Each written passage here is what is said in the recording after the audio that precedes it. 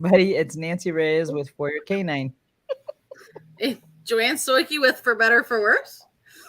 And Lisa Bataska with Canine Defined. Let us know you're there. Today we are going to talk about actually we're going to continue on have a continuation about um meeting dogs, multi-dog households. I know we already had a talk about it. Hi Sue. We already had a Facebook live on it, but there was a lot of questions and we had a lot of um follow-up questions to it, so we decided to kind of talk about it again. And hi Liz. And kind of field more questions about multi-dog homes, since we all have them and we've all had, how can I say, bigger groups, smaller groups, and our groups, and transitioning dogs too, transitioning, when we lose a dog or add a dog or whatever. So today we're going to focus a little bit on adding a dog. And also we're going to actually touch upon, since I think Lisa and I have gone through the reduction of our pack size, and Joanne has gone through the increase of her pack size, whether it be temporarily or permanently. But we wanted to kind of chat about how to introduce a new dog, and it's different if it's a puppy versus an adult rescue dog. And I think we have been talking about doing one specifically for rescue dogs, because it's a little different, and they require a little bit more. But I think most of the information and the advice is going to be the same, whether it's an adult dog from a breeder or a rescue. The only thing with the rescues is it really depends if they have issues and things like that. That's going to dictate how things are done and how we're going to do that. So we're going to talk about introducing adult dogs first. So you have an adult dog.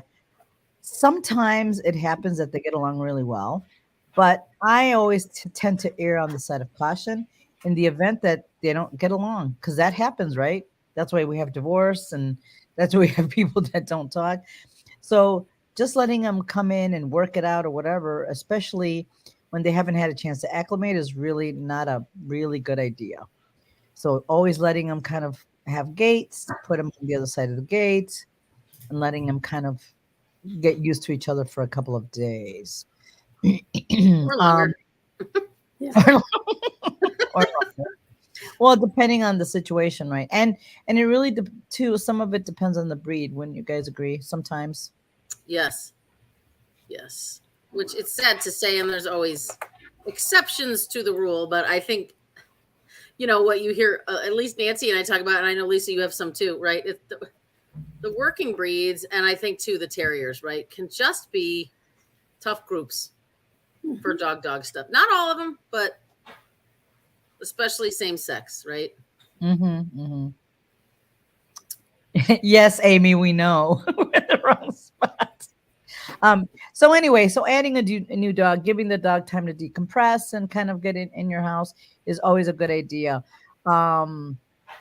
And sometimes it works out that it's great, but you always want to be more careful and always supervise the interactions if there's going to be any, right? Because if you don't, that's when things happen, or because you think about it, you're bringing somebody to live with you, right? Another being, and you need to know what, if they're comfortable, or some of their habits. They might have weird habits that you didn't know, and your dogs didn't know either. And also how your dogs are responding, the resident dogs respond to the new dog in your house, right? So always giving them some time is always a really good idea. And so Joanne recently added a foster in your home. So so how did you handle him when he came in? So how I handled lots and lots of them. So I think, right, and you guys used to do it too. I mean, Lisa's still actively boarding and doing that sort of thing. Yes. You did rescue for years, so did I. So, I mean, I think every new dog, and especially the ones we take in with issues, you learn real quick, like X pens and gates are your very best friends. So I think, my biggest thing is you can't go too slow, but you can absolutely go too fast. So, my first 24 hours, especially with a rescue dog that I don't know very well, is, they get 24 hours to kind of be by themselves where I can watch them and, keep an eye on them. But really, I don't want my dogs, they're nosy. I don't want my dogs at the gate, like, hey, what are you doing in there? Right. Because the new dog doesn't know where they are. And a lot of times they're stressed a little bit. And it just takes just letting them be by themselves. Unless, of course, you have, a dog with like separation anxiety or something like that. But in general, letting them have 24 hours to just kind of decompress, get the smells, the routine, right? What's going on in your house, to process that is my favorite way. And then I do kind of just start to live life as normal, but with gates, X pens and, self-closing gates, those types of things. And I think the dogs will start to tell you. So, my dogs were very nosy and, hey, what are you doing in there? And the foster dog that I have, his name's Roscoe, right? He immediately came to the gate and was like, hey, what are you guys all about? So it was kind of a really chill, how are you? Nice to meet you. Right. And then they're kind of like, okay. And they both went off their own separate ways. There was no big behaviors to worry about. Nobody was staring. Nobody was freezing. Nobody was, doing all of those signs of stress. But of course, 24 hours, I'm still not taking that as, oh, they'll be fine. Right. So what I did take that as is I would let them in the yard to potty together, kind of, because everyone does their business by themselves anyway. And so that's worked out since the first week. And just this weekend, really kind of on accident, they spent some time together, right? So Noah and Roscoe and Fire were all loose overnight in the same room with me, and it worked out fine. But it's been 5.5 weeks, 6 weeks almost. So really slow intro, but I wanted to make sure everything was going to be all right. Right. Sorry. I had a rescue that came in. She was 8 months old. She was a Belgian Malinois. Beautiful, beautiful dog. Her name was Ruby, and the gentleman couldn't keep her because I think the wife was allergic or something or didn't want to deal with it, whatever. Okay, fine. So we ended up taking her in. Of course, I'm like, so I go to put her into a kennel, and mind you, it's a shelter situation type of atmosphere. She was like pulling, and I'm like, okay. So I put her in, and she's jumping and panicking, and I'm like, okay, you can't stay here. And of course, being a sucker, I took her home. So I took her home, and I have a front little area of my place, and it's connected to the front area kind of like goes into my dining area. And so my dining area, I turn into the dog room, which I'm sitting in now. And then, because who needs people? But anyway, so I ended up having a crate for her to be able to move away from the dogs. And I documented her journey about trying to integrate her into my home. And she did really well, but she was extremely leash reactive and so forth. And, that became concerning to me because I didn't think that I could provide her the proper lifestyle that she needed to be comfortable and so forth. And, but I helped her come out of her shell, being a sucker. Yes, Amy, I hear you and I see you. So, but she was wonderful. She would travel well. She loved people. And that's why I was like, well, if she likes people, it's easier to acclimate. Dog to dog stuff, we can end up, you could affect some of that, right? Or help that a bit. But yeah, she was a lot. She was a lot of dog. So we find her a home and everything. But yeah, it took us some time. Like I had, where I slowly introduced her to each dog. I put my dogs away, let her come out, check the environment out. Then she went away, and then the other dogs came back and smelled around what she was doing and so forth. They could see each other. So, I mean, it was a carefully orchestrated situation. I'm a less is more person. I don't want to create issues where there isn't one. right? It's like I already knew this dog had dog issues just based upon her lack of confidence in the at the shelter setting. So it's it's like, and then from a shelter perspective, like people want to get these dogs and make their life complete by giving them all the things and all the freedoms they could possibly have. And there have been situations whereby I remember one situation. The dog was nice. The other dog was unsure. And I said, we talked about what you need to do, make sure you crate them or have them isolated and slow introduction, etc.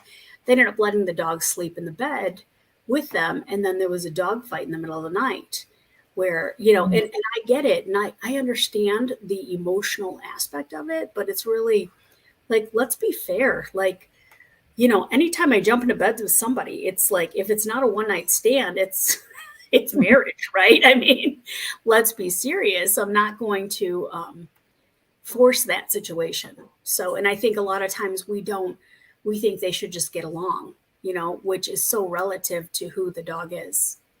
Mm-hmm. And I think, and I think you hit it on the head. We think they should all get along. It's like, I don't know why we think that, because it is kind of a thing, isn't it? Right? Yeah. It's like, oh, they should just meet the other dogs. And, when we talked about, socialization stuff, they should get along. It's like, why? I'm not sure why we think that. I mean, that's the thing, right? But we do for whatever reason. I don't know. Well, I don't know if it's interesting, right? Because when they talk about socialization stuff, part of it is being around dogs. And I think, honestly, I mean, to me, I think about like, I remember it was a very profound situation for me where there was a, one of the trainers, I don't know, I was reading something and they talked about how in Europe, it's not the same. In Europe, being around people and being around dogs should be uneventful. It should be nothing until you Right. give them permission to say hi. And their society lends itself to helping them train their dogs. Like, whereas we're like, they treat them like service dogs, true service dogs, who you should never pet or engage or anything. But then, here in America, everyone wants to touch your dog and then they sabotage your work, So it's really it's just contradictory as far as what socialization or what that means. And I'm like, I'm barely like, if I have a chance to be alone, I mean, I like what I do. I like people, but if I cannot have a moment by myself to breathe and rejuvenate because of the amount of difficulty it is like to constantly engage, it's challenging. And I can't imagine being a creature such as that. Right. Well, and I'm kind of a little bit of that creature, because I do like. Speaking of, Yeah. Speaking of Mr. Social, but yeah, it's one of those things. That's like it's that expectation, and sometimes dogs, and Joanne and I were talking because it's like, oh, I'm looking to at some point down the road, I'd like to add another dog, but trying to think, I'm really. And my lab is she loves people and she likes dogs, but people are more, she likes people more, and my shepherd likes both equally, which is interesting.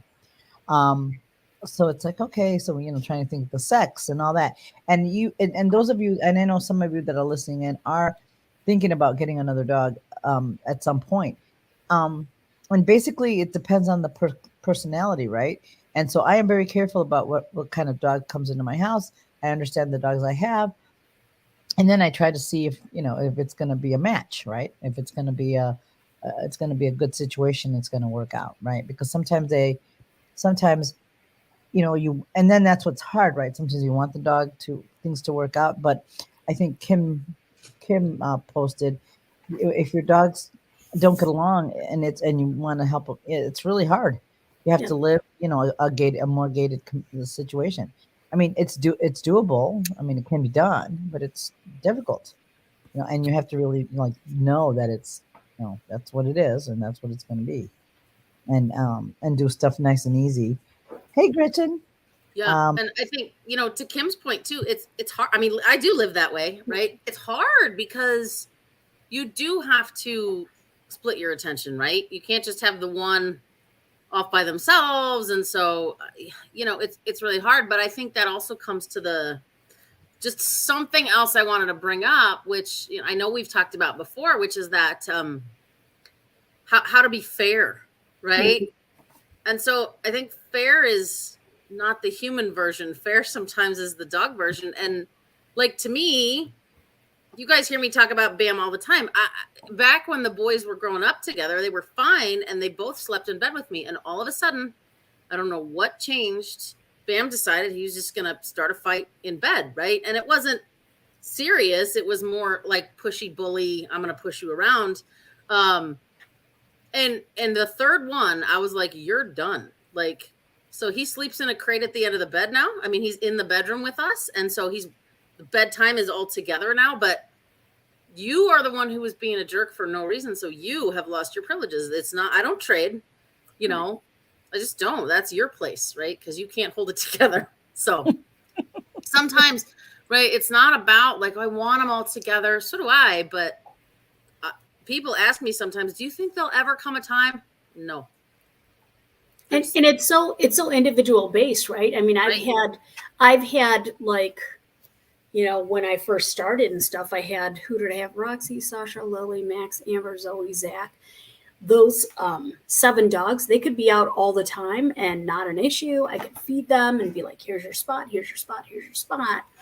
But then when I added Charlie added a whole new element because he was not super confident around dogs. So I had to take a different approach.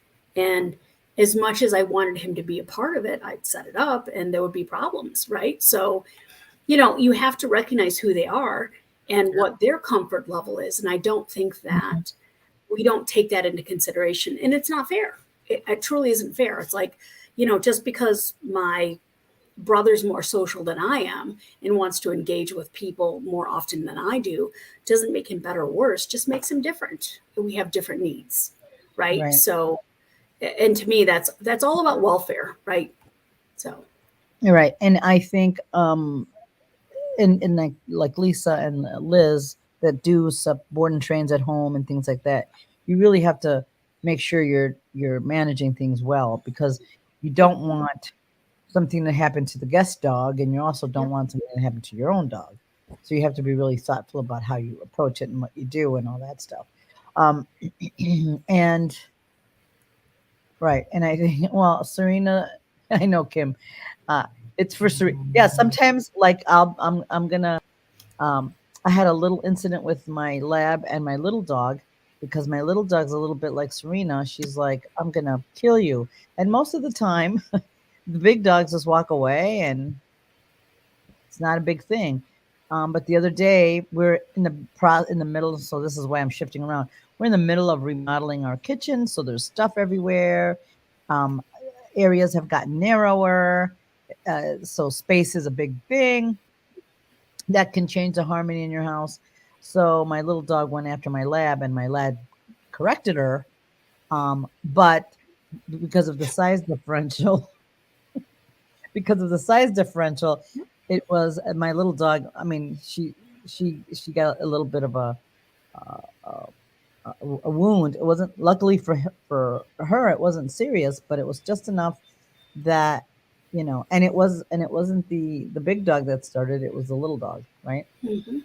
And it was a space issue, and that caused things to get a little more heated and agitated, and then here there you go. Fortunately, it didn't require any medical care or anything like that, but it still happens, right? Even the dogs that get along 99% of the time. Usually my little dogs, the big dogs pretty much ignore her because she growls and thinks she's in charge. And they just, but the space issue created a little more stress in the environment, and that's it. So for Rizzo's safety, I have to keep an eye on that, right? Were you making food, or was there a toy or something involved, or was it just purely spatial? Just purely spatial for that in that exchange. Yeah. So. And I mean, I think it's important to talk about space, right? Because, and I know we talked about it last time we talked about this subject, but like the threshold spaces, doorways, ins and outs, the car, all of those kind of places that can create arousal in the dog. Oh, we're going outside, I'm so excited. And that's the moment where sometimes they redirect, or they'll spin and hit another dog gets annoyed. So all those types of things, right? So or when you're moving things around, or when you've changed the house, I can't tell you how many times. Yeah, right, Amy. Doorways are, I mean, for me, when most fights happen, the other place, a lot of the time, is in the living room, somewhere between like the couch and the coffee table, or the couch and the wall, or somewhere where it's a really narrow space, right? And somebody steps in, and maybe the dog's a little uncomfortable with that, or one dog tries to pass by another, and when they don't have an escape route, right, and that arousal comes up, or even some of that anxiety comes up, it's like, if I'm bringing the snake to your face and you're backed into a corner, you might hit me, versus you might run away if you have the opportunity. So it's hard, right? Yeah, and I have a dog that spins too, right? It gets really annoying to the other dogs when they're smacking them around, because they don't pay attention at all where their body is, and they both tend to be their Dobermans too, both of them. You're just trying to get back at me for all the shepherd comments last week. So yeah, one of the things to maintain happiness in your house, or harmony, is space. It matters, and just because you think it's enough space, the dog will tell you if it's enough space. So that's because that's when, especially like I said, doorways coming in and out, and if you have one dog out at a time, it can create a little bit of a situation, and that's actually where some of the worst fights have been, is narrow spaces. Right? Yeah. So it's especially. Go ahead. No, I'm thinking like when I get called in, it's doorway stuff, right? So somebody comes to the door, the dog's over aroused, blah blah blah, and I'm like, okay, why do they have to greet everybody at the door? So I think part of it is like, why is that important? Are you is this, and if I have a lower arousal dog, right, again, going back to the individual and who the dog is and their temperament traits and so forth, if it's a lower arousal dog, maybe it's fine. But if they're jumping and spinning and carrying on, like the types of dogs that I like, which are more of the herding breeds, right, they're more on edge, and so then space becomes an issue for them. So like, I don't have a lot of visitors, but when I do, my dogs, I tell them, doorbell rings, crate, and they hop into their crates, we get cookies, and then I manage the door. And to me, maybe that's management, but at the same time, it's like, I'm okay with that, because that's not a priority for me. To me, it's more important that my dogs are comfortable having guests in the house, because what happens then? Okay, fine. So then we let them in, then they're jumping, they're carrying on, and so forth. And it's not necessarily things that I like. So I think it totally depends on what your goals are. Like for me, I don't care if my dogs greet people at the door. I'd prefer not to, because I know having like young dogs, 4, 3, and 2, they're not going to make the best choices. So instead, I condition them to go right to their crates, and like, okay, we can do this. And then once they settle, they might come out where they're more calmer to be able to say hi to people and stuff like that, but not right off the bat, And I don't think like Lucas and Ivy, well, Ivy's not a big fan of people anyway, but Lucas, he's like, hi, thanks for coming, blah, blah, blah. I'm an old dude. I like people, blah, blah, blah. And he goes about his business, and he'll have them pets, but then he goes away. It's not as if he's constantly, and he's not jumping because, yes, he's older. Whereas Ivy, who's 9, is like, and Cadence, who's 4, she's more like interested, but she doesn't necessarily try to jump on them. Whereas my border collie, as you know, Nancy, he's Mr. I want to live in your skin with you. Therefore, right? So he's Mr. Social. And I'm like, that's not okay. I don't like that, because, he'll knock people over. So right. I guess there are things about that. Yeah. And then the thing is, when you have multiple dogs, the doorbell, that is just, it is, I cannot tell you over the years how many people have had dogs greet at the doorway and there's a fight at the doorway. It is the, and like Lisa said, why do the dogs have to greet the people at the doorway? I think it's just easier if they go, are in a more safe spot. Yep. And I think it's important to mention too, when we say fight, sometimes I'm not even talking about contact, right? Sometimes I'm talking about a verbal argument where the dogs are scuffling around, somebody's yelling at somebody else. But you know what? It never gets better from there unless something changes, right? And that's where fights do occur. You're like, well, they've been doing this for years until one day it came out of nowhere. Somebody grabbed somebody. It didn't come out of nowhere, right? Because think about it. If you have a significant other or somebody you work with, right? And like all of a sudden it's fine. You're like, oh my God, I hate it when he chews whatever they do, right? And then one day you're a little short, you didn't get much sleep, and finally you snap on somebody, right? And you're like, what? I've Came been out of doing nowhere. It for I didn't years. What's wrong with you? You're like, I have been dealing with it for so long and I haven't said anything, and now that's it, right? Yes. So, right? Yeah, it might be verbal, but dogs, if they've been verbalizing and been verbalizing, their next step is to use what they know how to use, which is teeth. So, be careful about that. Those are the moments that you want to step in and make a change in whatever's happening. And, Lisa's dogs run to crates. Maybe that's your thing. Maybe it's a run to me and sit. Maybe it's I don't know. You can come up and be really creative as long as it's something that doesn't create more arousal, right? So usually it's a stationary exercise. And it just kind of brings everybody down a notch. Right. Yeah. Yeah. And I think too, like along those lines and stuff,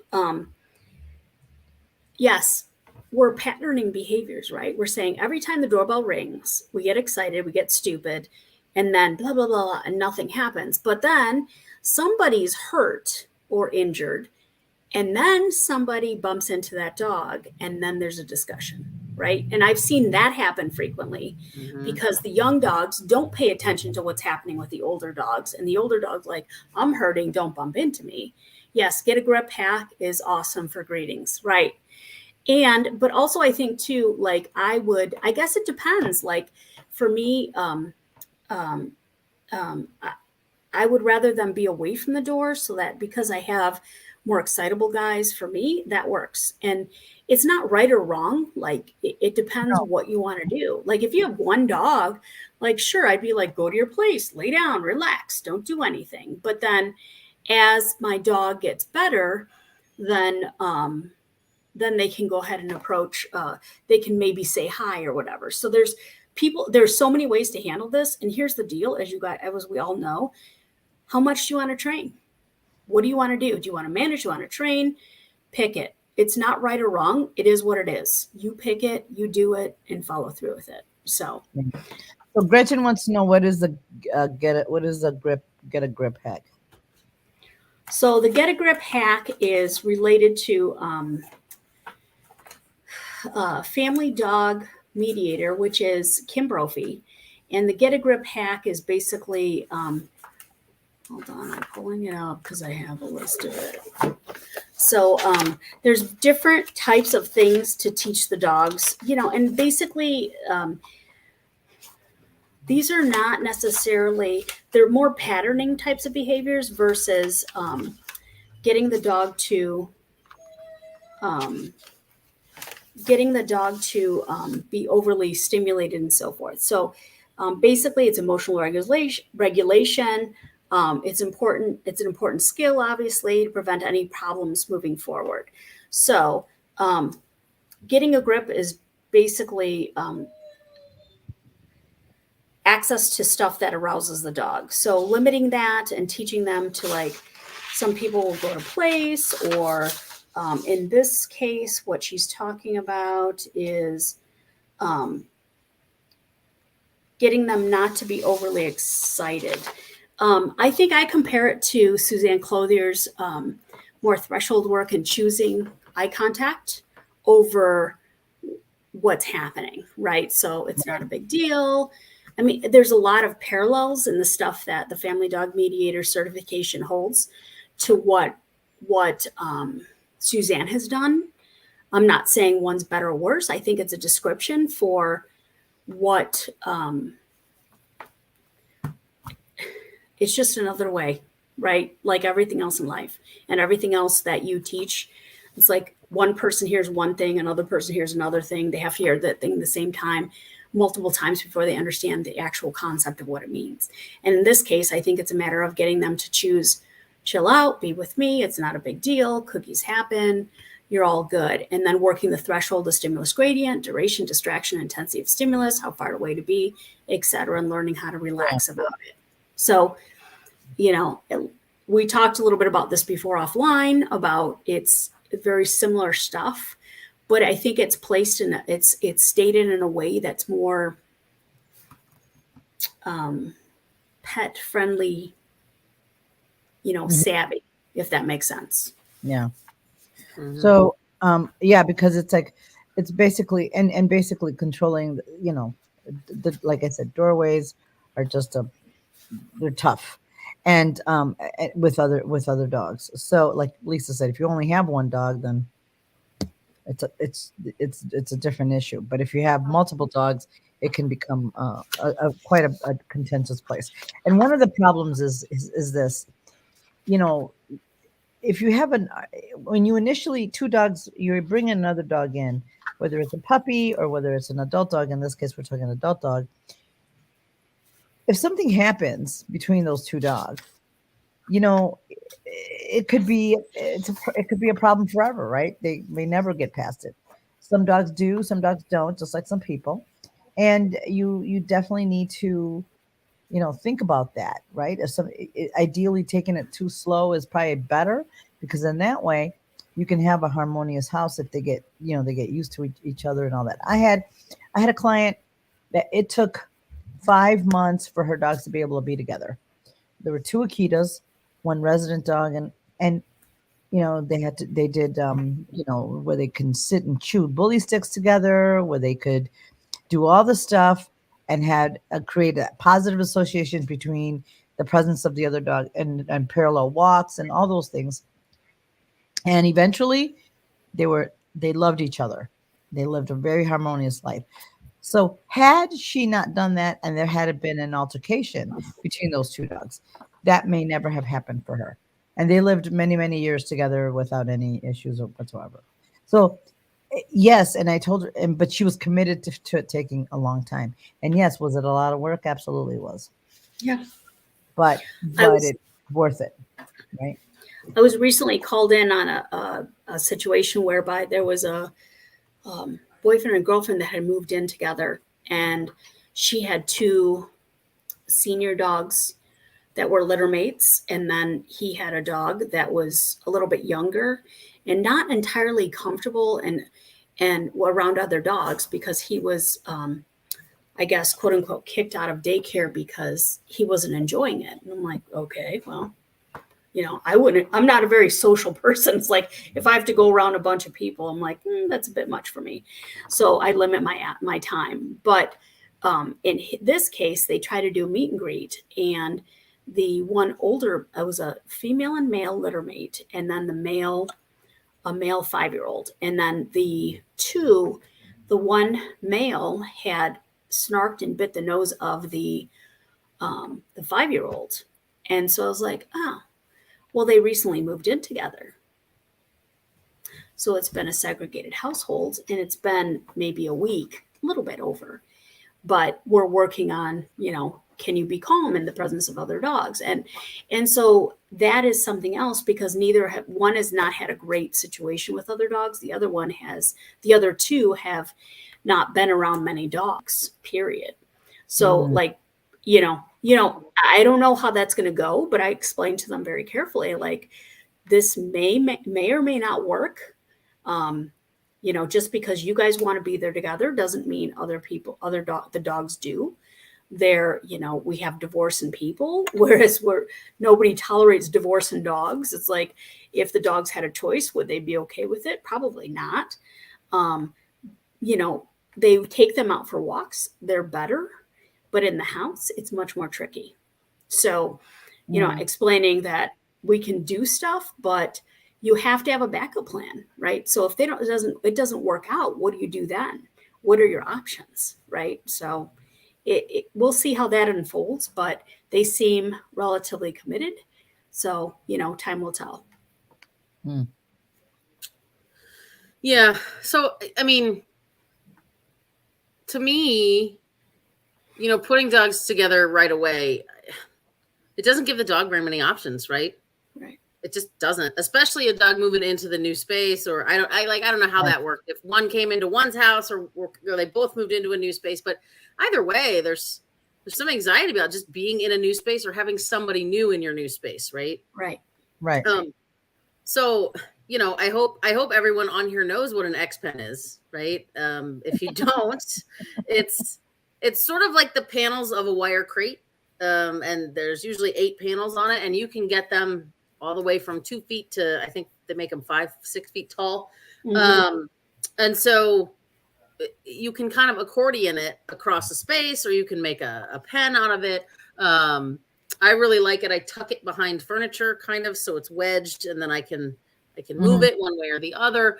But I think it's hard sometimes when you're not really familiar with reading dogs to go, well, but they both sat by the gate, they both. So it's kind of like you want to think about it in terms of humans as well, right? If Lisa's sitting down waiting for the bus and I go and sit next to Lisa, I might want to, yeah, right? I mean, if those are in the airport, right? Like, it's always really busy. If those are that's the only seat in the airport and it's by her, she's probably not going to be super rude to get up and like move, right? But does she want me next to her? Probably not.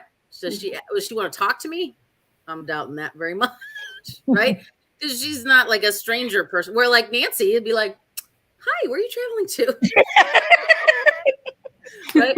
So it's just, they're different personalities, right? Yeah. But just because I'm coming over, or even let's say Lisa came to sit next to Nancy, right? Just because she's choosing to sit there does not necessarily mean she has anything to do with wanting to say hello or even engage with that. And we mistake that so much with dogs. Well, he went over and sniffed him, right? So- And it's like, did he though? Did he sniff him to say hi, or did he just It's almost try and equivalent. It's almost equivalent to like giving somebody the once over, like, where are you about, right? And Right. and we said, oh, she likes me. It's like, no, I just want to see what you're about. And yeah, Amy, and I agree with you. It's people not watching their dogs, and their dogs missing those subtle cues like the stink eye, the stiffening, all that stuff that you can interrupt and maybe not let it lead to anything else. But the tail was wagging. That Right. kills me. I'm like, stop it. Mhm. I can smile and still not like you. I mean, come on. Come on. Who hasn't done that crap, right? So like, Yeah, let's be that's where the air kiss. That's where the air kiss is like. Mwah, mwah. It's like, okay. But yeah, so those are kind of things to kind of watch the dogs and see how they go. And I had another client that took in another dog, and I personally was a little worried about them being both males, but they again followed the going on parallel walks and all those things that you ask them to do, and the dogs get along so incredibly well. They're just pals and everything. It just took a little longer. It didn't take 6 months, but it took a little bit, right? So I think that's why you're just going to have to be on dog time for those kind of things. And I think, and doing that, you're probably going to get further if you're on dog time, meaning let them figure out how to get along and how that's going to work out. All right. So when do I do see 2 or 3? What's the land management have been? Yeah. Yeah. And management will, also, fail sometimes. But yeah, and space is a huge thing. So having a big space, and just because it's a little dog doesn't mean it requires less space. It doesn't matter. The dogs dictate the space, truly. Yep. And I'll tell you, you hear us say it all the time. Management always fails. I did it last week. Oh my gosh. Noah was laying in his crate and he was just having a nap, whatever.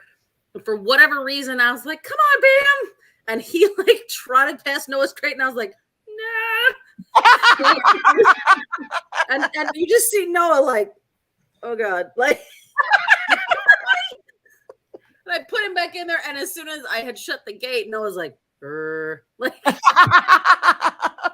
get out of here. But and thankfully, like that's what we're talking about before. You guys have heard the stories from those two dogs for a long time, right? But because they saw it coming and they've never been in a fight, they just really don't like each other, right? They're not like, where are you? I'm gonna cut your throat. They're not out to kill each other. They would fight for sure. If I turned them loose together, I guarantee you they'd fight.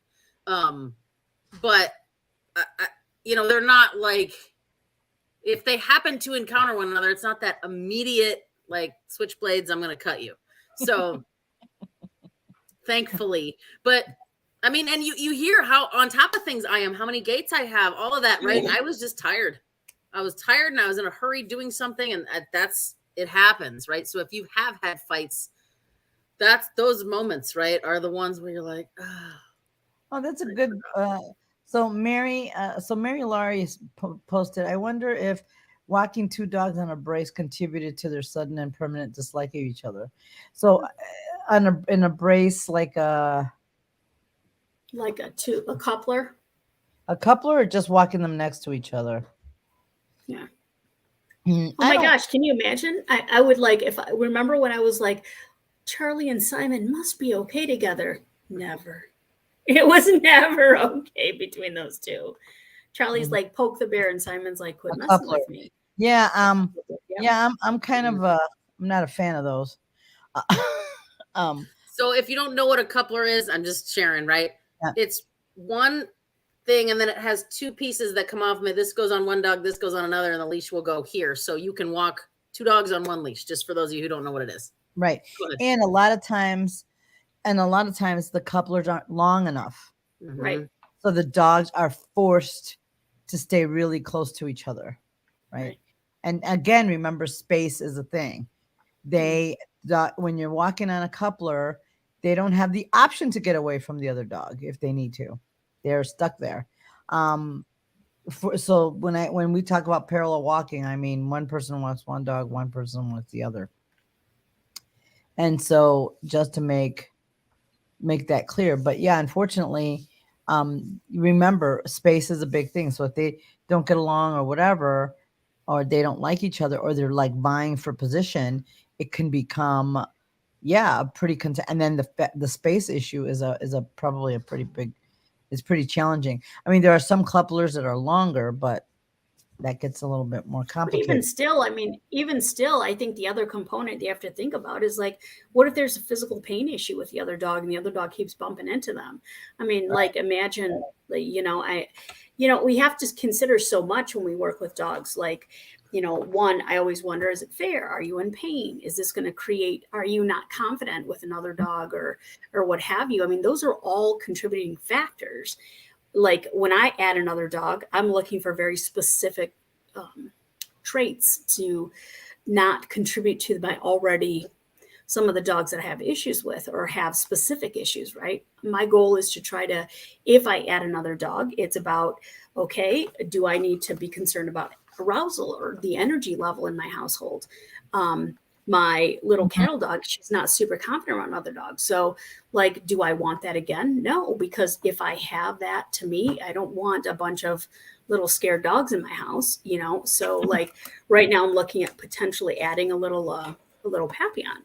And I like just the size, but I like the more confident, bold dogs. However, I don't want them to be so overly aroused or so alarm barky that they set off the other dogs, right? So there's different temperament traits that are super important. I mean, it all goes hand in hand anytime you look at any particular behavior or anything we're doing, right? So I want something that likes other people. I want something that's good with other dogs. I want, a dog who's super confident, who, and the toy or the companion breeds are a little more barky because of what they're designed to do, like way back when. So for me, I don't necessarily want, alarm barker, although I know going in that that's par for course on that particular personality or that breed.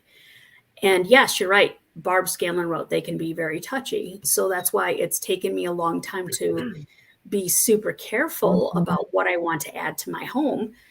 I love the Papillon breed, but I've had a couple, and I think Max, how I met Nancy, was like, he was the best Papillon ever. Oh my God, he was amazing. And he was a pet store Papillon. He was freaking awesome. He was solid. He didn't get crazy about anything. He liked people. He wasn't overly social. He tolerated dogs. And to me that was ideal. So, if I could find something like that again, I'd be more than happy to take it on. So, Yeah, we all have to think about, like, when you add dogs, what are you looking to add? yeah. Yeah, he was pretty amazing. I miss that dog.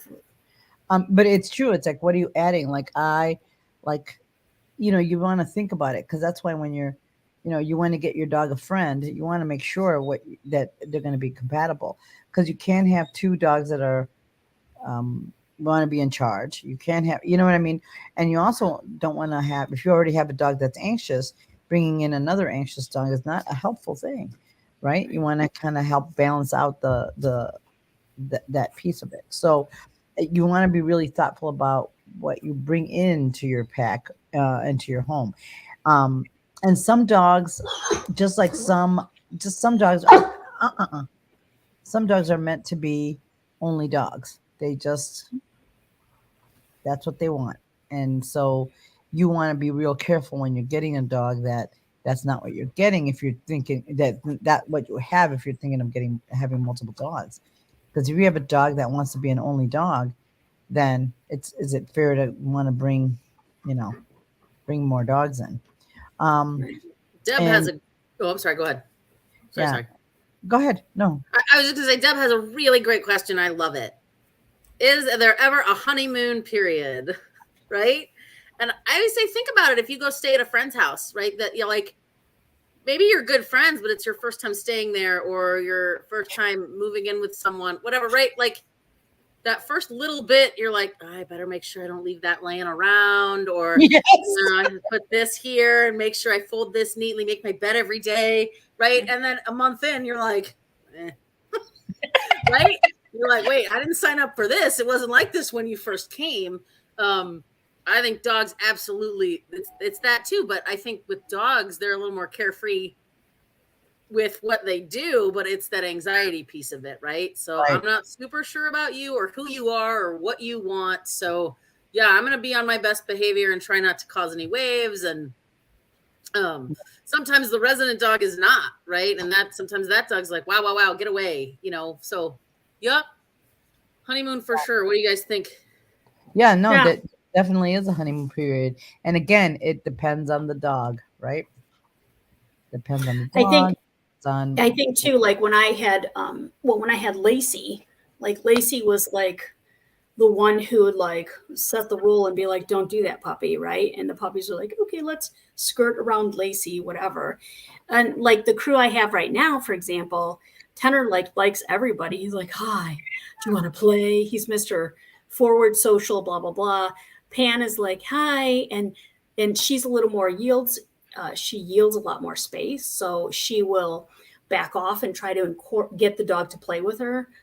Cadence is like right in the face, and then she's like, "That's too close. You're too close. Get off of me." So she's more, a little more sassy about that kind of stuff. And then, Ivy's like, she decides when she wants to kind of like, okay, we're friends when nobody's looking. Don't say anything, right? So, you have to know your group and what to bring in and how to introduce it in a careful situation. But yeah, there's definitely a period where then they figure out, oh, you allow this, therefore I'm going to start pushing. And then they start really figuring out where they kind of settle in the group. So, Right. Yeah. And Jane has a really good question. I love it. Her young dog has been away, and this is really important, you guys. When dogs go away and come back, even though in this case the dog is went away for longer, for a few months, she'll be returning. Her senior male dog and the dog that's gone have never really been really good friends. So Jane, go back to the beginning as if she was a brand new dog, absolutely. and I promise you it'll go much easier. You know what I mean? You can't bring her back in like regular. So you're gonna bring her in like she was a new dog. So using gates and all that stuff, so that because she's gonna smell different. She's been and give it a little while of gates and things like that, and kind of rotating until before you put them back together again, right? It'll be worth the extra little time that you're spending, so then that there won't be an issue, right, with her. Yeah. And on that too, right? Let's just talk about a day trip, right? How many of you guys do sports, right? And you take two dogs with and you leave the senior dog at home, or you take one dog because that's their sport and you leave the other dog at home. Um, it happens, right? And that's I sort of when it comes to the doorway threshold arousal thing, Yeah. right? That creates some of that, but then you can have just some other factors for being gone and coming back in, right? I don't know what you want to call it, a little jealousy. I'm not going to guess what it is, but I have seen that people have talked about, fights Yep. when we go play agility and I bring Fido home and my other dog didn't get to go, they get really snarky with each other, or they get in a fight 100%. So if that's you and you're noticing, like if you take one and you Mhm. leave the other one and they get a little short with each other, or they get a little snarky, just maybe set that up, right? On the days that I take one and not the other, maybe I have a room gated off so that dog can't meet us at the door when we Mhm. Right. come in, and then everybody can come in and do their little runarounds, and then see each other through the gate, and then give it 10 minutes, and then we can let them in to be with Right. each other. Right. So definitely, and that's definitely true when you like when I come home, and either if my husband's home, I'll ask him to please put the dog away that's home, and until I come through the door. Right. Yeah. I do, yeah, and I do the same thing with my guys. It's like if I go and I take one of the dogs and the others don't, I'll put the others up. I'll be like, "Hey, I'm coming home. Put the others up. Let's not deal with that because it's just not worth it to me, right? I mean, we all pick our battles. What's important to us?" Yeah. And if you're not a crater, like I said, just get a gate. You can get one of those wooden cheapy baby gates if you don't have real issues. Those will not hold Right. if you have a dog that's going to be pushy, right? But if you want just a cheapy one, those are like $10 at a Target or a Walmart, or you can get a nice door one for, gosh, $30 or so. And if you really are having issues, like serious issues that you want to keep safe, uh, Look and at me. they have wall mounted ones, right? That screw into your walls. So Right. angry And kitty. so yeah. So then I that's why I knew sitting here was going to be even more challenging than normal, but because you know. So yeah, Jane, treat it as if she's a new dog, and I promise you, they'll readjust again, much Yep. easier and quicker without events, right? Because that's the goal, right? Without events. Jill, my dog loves other dog. How would I know if he would like a friend in his home? Well, if he already likes other dogs, then right there you have a good inkling. But one of the things I would do is really trying to assess his personality and see what kind of a dog he is. Is he more in charge? Is he more laid back? Does he have other doggy friends? How does he interact with his doggy friends if he does have those and things like that? So you know kind of what kind of dogs they would fit in that with you. What kind of dog would fit? And then also if he has friends that he does have social time with, maybe that their mommy can come over and they can come to the house again using gates and seeing how they are in that scenario, right? Because that'll give you a lot of information. And then when you do decide to go look for another dog, you definitely want uh, a dog that's going to be a good match for your particular dog. So like if you have again you want to have if you have already an anxious dog, you don't want to get another anxious dog. You want to get a more confident dog. It'll balance each other out. If But you not have a too dog confident. not too confident, well, or if you have a dog that currently wants to run the world, then you might want to not get one like that too, because that would also not be a good match. So it's really about knowing what you have and like yeah here Tamara said that her boy was a little anxious, and then when his sister came, that's a very social dog, he was like, okay, you know what I mean? It's really helpful because then it's like, oh, okay, there's nothing to worry about. But if you have two dogs that are just worried about everything, that's going to be a little bit challenging. Um, Elizabeth with Ruger does better when Rumor and he has alone time, one with me and then out and about in the house. Yeah. Um, right. And so that sometimes you have to adjust, right? If the dog needs more time, some alone time, and the routines are going to change. So that's going to create a different dynamic. So, and the other thing I wanted to kind of toss in here before we move on is about being fair. And I know we talked about this in a previous Facebook Live. You're not, don't worry about being fair. You have to do what's right for each dog. So a lot of people get really caught up on, oh, it's got to be fair. They both have to be on the bed. They both need to be on the thing. They both need to. It's like, no, no, they don't. Each dog will be a different situation. So I wanted to adjust that. So now I wanted to really touch on if you're bringing home a puppy or a young dog.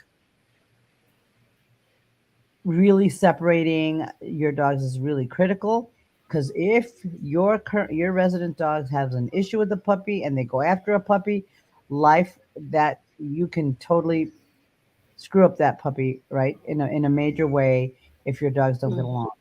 So that's really important. And I know puppies require a little bit more time and attention. So management is going to be a little bit more important when you bring home a puppy. You can't just bring home a puppy and whoo. And their playtime has to be supervised as if it was a baby, right? To make sure that nothing Mhm. happens and that it's a very very structured. And also if you have an older dog and a young puppy, the puppy and the older dog is not correcting that, or not um, correcting or not, not having fun with that puppy. You want to be clear. You want to know that you need to change something there, right? Don't just let the puppy torture the older dog. And also, Mhm. um, so really structuring and having a lot more, um, boundaries is going to be really important when you bring home a young dog, a puppy. Yeah, and if you notice in the first week and a half, 2 weeks, right, that your resident dog is really having a tough time with that puppy, um, honestly, that's the time to potentially reach out to a dog trainer. Um, and if you don't want to do that, reach out to where you got the dog from, because I'm just going to tell you, it's hard to think about, but if it's not the right fit for your home, right? Don't put a The right, round peg in a square hole. It's that puppy, I promise you, will find a lovely home somewhere else, right? Especially when they're young, super adaptable, super, the breeder, I'm sure, would take it back within 2 weeks, and nobody should think down of you like, hey, I don't think this is going to go well. I want the best for this young puppy, right? And I don't think I'm it. Maybe I would like a different temperament in the future. I might still want to work with you, right? But if you make that decision quickly, um, and like I said, if you're not sure, that's where you kind of want to employ a dog trainer or somebody that you can really trust to get a different eye on it and see. But there's no shame in that. You shouldn't sign yourself up for 15 years, right, of honestly what I'm doing right now, and I missed it. I did not assess my Doberman. I didn't assess Bam the way that I should have. And I brought him home, and I saw some things starting to happen, and look where I'm at now, and it's not fun. I love them both. I wouldn't trade them for anything in the world, but most people do not want to live in a house separated. Right. It's no fun.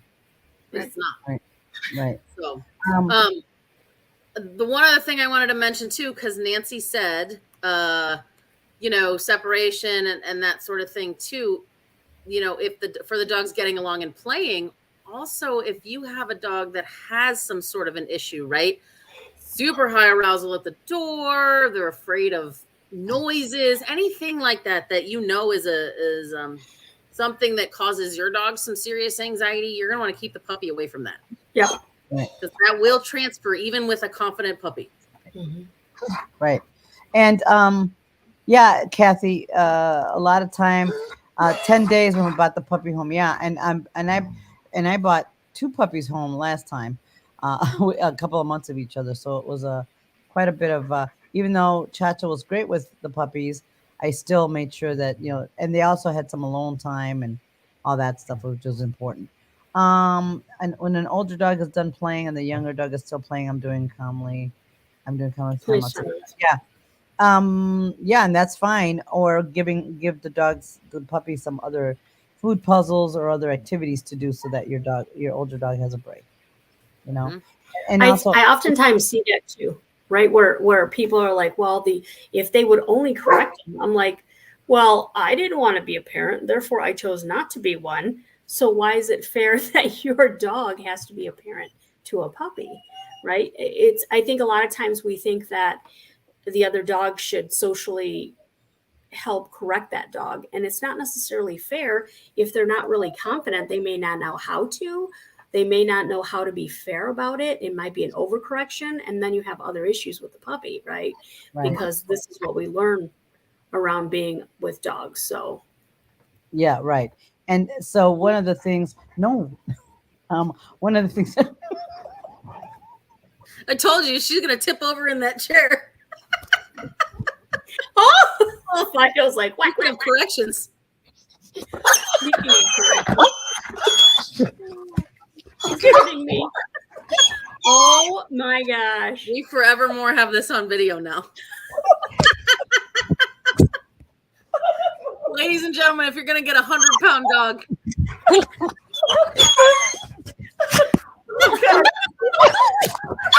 Wow.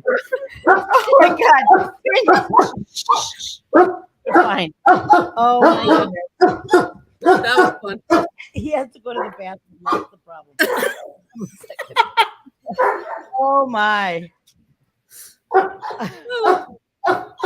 Oh my God. That is how he tells me he has to go to the bathroom. Hold on one second. Oh my God.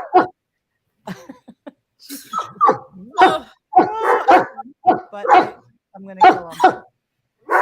His friend is chiming in the background. Yep. Oh, wow. On that note, what questions do you guys have? Bam.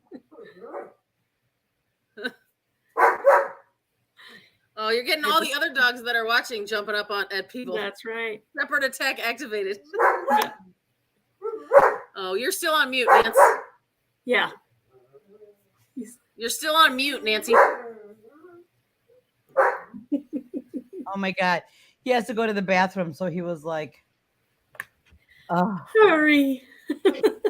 yep. He has to go big time. I mean, anyway, so he's my baby. Shocking. And yeah, but you see how the harmony in the house, the cat was like, stop that. So it, not that it helped him much because he had to go. Anyway, what we were talking about. Oh my God, that dog, he was so naughty. Yeah, right. I know, right? I need a trainer. Yeah, no, he has to go to the bathroom, and man, there's nothing that can stand in the way. Um, anyway, so when I bought I had when Chacha came home when she was a young puppy, or I had a 9-year-old dog that was good with her. So Joanna and I were just talking about this today about if I was going to bring home a puppy, the dog won't. Tango will never correct another dog. So Uncle Tango will let that puppy do whatever. So I would have to intervene, and I wouldn't. That particular dog would not correct, bad behavior. So you can't. Some of the people, like Lisa said, they didn't sign up to correct the puppy or to be to train a puppy. So you just can't just expect that dog to do that. So putting the puppy away or giving the puppy something else to do would be helpful. And also just having a space where your older dog can go to get away from the puppy is really, really helpful as well. And because you don't want to time out the puppy all the time, because then it's, you know what I mean? So sometimes you're going to remove the older dog and give him a minute to do other stuff or cuddle or whatever. And, and be somewhere else. So don't always remove the puppy every time. Sometimes you're going to give the older dog a break too. right? So it doesn't always have to fall on the puppies being bad. It's just sometimes maybe the old dog would prefer to do something else, or be in another place, or it'd be a little bit more comfortable somewhere else for your more mature dog, right? Too, because sometimes they need a quiet spot or whatever. So don't always take the puppy out, right? Sometimes you're gonna kind of mix it up, because that don't always, yeah, you don't always want to remove the I think puppy. I think the other thing too to consider is that putting them with appropriate dogs that will correct them Mhm, fairly, but not necessarily mhm. injure them, right? But give them enough information that's appropriate. I think we severely underestimate appropriate dogs that will help the dogs learn properly without putting them in high jeopardy. You know what I mean? Right. And puppies are going to, and as a puppy grows and matures, the dynamics in your house will adjust and change. So Yep. make sure you are watching for that. Just because they got along great when they were baby puppies does not mean it's going to continue forever, right? It might change as time goes on. It might change maybe if a female goes into Tango, if a female goes into season, if you keep them intact or whatever, any number of things can happen. So you definitely want. Oh my God, he is naughty today. You definitely want to make sure that you keep an eye on it as a puppy grows up and matures and things like that. Very, very, because you really don't want to just assume make it assume they'll get along forever. That all the time, right? Yeah, and going on walks is great, um, and all that. The other thing I always encourage, for the person that asks about the puppy, um, I also recommend this for dogs that maybe don't get along.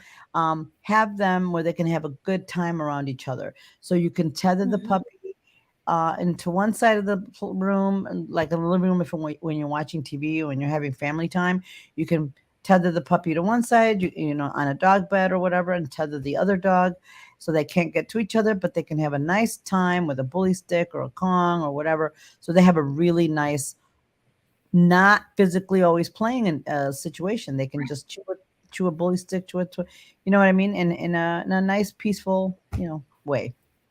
So I recommend that for dogs that are don't get along. And as you bring dogs in the house between gates and you're starting to integrate them more together, that's another exercise I do. That's really, really helpful, because then they have the new dogs there, and they get a bully stick or a Kong, and they only get it when the new dog's there in the room. So I find that really changes the way the dogs feel about the other dog being in that house. So um, I don't know. And what are so that's those are a couple of things I do. And parallel walking is really, really helpful as well. So I don't know, what are some of the other things you guys do, because I know I do that quite a lot. I know I like to teach a really nice recall at the same time, right? So um, it helps when they're playing. Dogs, come here, sit, right, and give them a kind of a timeout. So it's twofold, right? It teaches the puppy to disengage with playing with another dog and focus back on you, and it also gives the adult dog and the puppy just enough time to kind of take a breath, put their brains back on, and then they can go back and play again. So I really like that when they're kind of engaged. I just feel like it does a lot of things all at once. Yep. And the I, other thing I that think Joanne had mentioned it before, the first step to integrating them is outside for potty. That is a really great spot to do that in. So I just want to reinforce that. But the I think with the playing and stuff like that, I think a lot of times we wait too long before Mhm. calling them out. So if yeah, you're going to do that, you have to call them out pretty quickly, and you have to got pretty good names. And then the other thing you want to consider is that if the dogs have food issues, guarding issues, and so forth, you might have to tailor that a little bit differently. And two, like I call them out, and whoever comes to me, they come to me, I feed them right off immediately, and they get reinforced for coming to me. If you're late to the party, depending on the age of the dog and what we're working on, then you're late to the party and you don't get a cookie. Come quicker next time. So, I find a lot of times though people like expect them to come out of play after they've been playing for too long, so the arousal's up, and that's something that I would definitely caution people. If you're going to do that, you need to do it sooner when they initially start playing versus as they get more excited. Mm-hmm. So, right, and that's true. Calling them sooner rather than later, because they don't get overstimulated. So yeah, I think I think and that's actually, and it's so interesting. My lab was better at that than my shepherd, so that go figure, right? I thought Was that there was a cookie involved? yeah. yes. And the other thing I wanted to touch, I know there's so much more we can keep talking about, but don't assume because you have a lab or a golden or a beagle, whatever, that are usually pretty benign dogs and they do pretty well with other dogs, that if you bring another lab home, that it's going to be great. That doesn't work. It doesn't work like that. So just don't make assumptions based on the breed. Really, really, really consider each individual dog. Very, very important, because a lot of people do that. Well, it's a lab, so it doesn't matter. Or a golden or whatever. You can have, some of those breeds that maybe aren't, and some of those dogs may not be, uh, great with other dogs. It just happens that you might have to end up getting one. So don't make assumptions based on the dogs you breed that you have, because that can that can backfire sometimes for sure. Yeah, Tango is having a diva day today. I think he's overtired. He's had a very busy weekend, so he is most certainly overtired. He had 2 days of trialing, so he's oh, and Jive's just anyway. I hope this was helpful. I know it's really challenging as we go on to integrate dogs and all that, but our goal is really, if you're going to have, we all would like for you to have multiple dogs and have a really harmonious house, because it's so much easier when um, everybody gets along in the house and there's not a lot of problems.